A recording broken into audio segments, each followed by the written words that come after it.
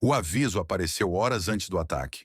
Ele não surgiu como um grito, nem como um sinal caótico. Surgiu de forma clara, visível, registrada por um sistema que havia sido criado exatamente para aquele tipo de situação. O alerta foi visto, foi reconhecido e foi comunicado. Ainda assim, foi descartado. O que parecia apenas mais um erro técnico, algo comum em equipamentos novos e pouco testados, acabou mudando o rumo da guerra. Quando a consequência finalmente chegou, já não havia mais como corrigir a decisão que havia sido tomada minutos antes com tanta tranquilidade. No início de dezembro de 1941, os Estados Unidos ainda não estavam oficialmente em guerra. Havia tensão crescente no cenário internacional, negociações diplomáticas em andamento e a sensação generalizada de que um confronto era possível em algum momento. Ainda assim, dentro das Forças Armadas Americanas, existia uma convicção forte. Um ataque direto em larga escala contra o território dos Estados Unidos era improvável. Pearl Harbor, no Havaí, era vista como uma base distante demais para ser alvo imediato, protegida por sua localização e pela crença de que qualquer movimento inimigo seria detectado com antecedência suficiente. O foco da preocupação naquele momento não era um ataque aéreo em massa vindo do oceano. O maior temor era a sabotagem interna, pequenos ataques isolados ou ações de espionagem. Essa percepção moldou o planejamento defensivo, a distribuição de recursos e, principalmente, a forma como alertas inesperados eram interpretados. O cenário mental não era o de uma ameaça iminente, mas o de vigilância moderada em tempos de tensão diplomática. Na manhã de 7 de dezembro de 1941, dois jovens operadores de radar estavam de serviço no posto de Opana, uma instalação relativamente nova. O equipamento que utilizavam ainda estava em fase de testes, e muitos oficiais mais experientes sequer confiavam plenamente em sua precisão. Pouco depois das 7 da manhã, algo incomum apareceu na tela. Um sinal grande, contínuo, muito maior do que qualquer formação de aeronaves que eles já tinham observado durante os treinamentos. A princípio, houve hesitação. Os operadores verificaram novamente o equipamento, ajustaram parâmetros e confirmaram que aquilo não se parecia com interferência comum. O sinal não desaparecia. Pelo contrário, aproximava-se. Diante da incerteza, decidiram fazer o que o protocolo mandava: comunicar o ocorrido. Do outro lado da linha, o alerta foi recebido por um oficial que avaliou rapidamente a situação com base no contexto geral daquela manhã. A resposta foi calma, quase automática, e não transmitia urgência.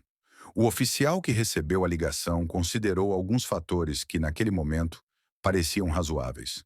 Havia um grupo de bombardeiros americanos esperado naquela manhã, vindos do continente. O radar era novo, pouco confiável aos olhos da hierarquia. Os operadores eram jovens e inexperientes. Além disso, não havia qualquer outro indício de ataque iminente.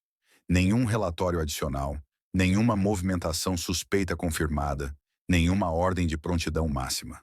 Dado tudo o que se acreditava naquele instante, a explicação mais simples parecia suficiente. O alerta foi tratado como ruído, como algo que não justificava alarmar toda a base. Não houve uma longa reunião, nem um debate profundo.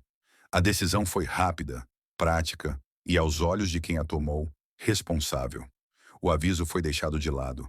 Não porque alguém fosse incompetente ou negligente, mas porque ignorá-lo parecia a escolha mais prudente naquele contexto específico. Menos de uma hora depois, o som que ecoou sobre Pearl Harbor não veio de telas de radar, nem de telefones tocando. Veio do céu. Aviões japoneses surgiram rapidamente, atacando navios ancorados e aeronaves ainda no chão. A base foi atingida quase sem resistência inicial. Em poucas horas, navios estavam em chamas, centenas de vidas haviam sido perdidas e uma sensação de choque absoluto se espalhava. O sinal que havia aparecido no radar naquela manhã não era erro, não era interferência, era o ataque. O sistema funcionou. O alerta cumpriu sua função. O que falhou não foi a tecnologia, mas a decisão humana de não agir diante de algo que contrariava a expectativa dominante. Quando a realidade se impôs, já era tarde demais para qualquer correção. Depois do ataque, tudo parece simples. O tamanho do sinal, o horário incomum, a trajetória direta em direção à base. Cada detalhe passa a fazer sentido quando observado com o benefício do tempo. Mas naquela manhã, antes das explosões, nada disso parecia tão claro. Ignorar o alerta parecia evitar pânico desnecessário, parecia manter a ordem, parecia ser a escolha mais racional. A decisão fazia sentido dentro daquele cenário mental. E é exatamente isso que a torna tão desconfortável de analisar. Pearl Harbor não aconteceu por falta de aviso. Aconteceu porque o aviso chegou cedo demais para um cenário em que ninguém realmente acreditava. A ameaça era real, mas a disposição para aceitá-la.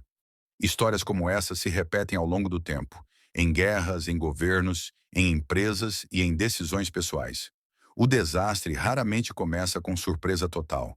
Na maioria das vezes, ele começa com um alerta incômodo, algo que parece exagerado, inconveniente ou prematuro demais para ser levado a sério. Porque quase sempre, a decisão errada não parece errada no momento em que é tomada. Ela parece apenas razoável. Se você ficou até aqui, é porque entende que grandes desastres raramente começam do nada. Eles começam quando um alerta parece exagerado demais para ser levado a sério. Se esse tipo de história faz sentido para você, este canal é exatamente sobre isso.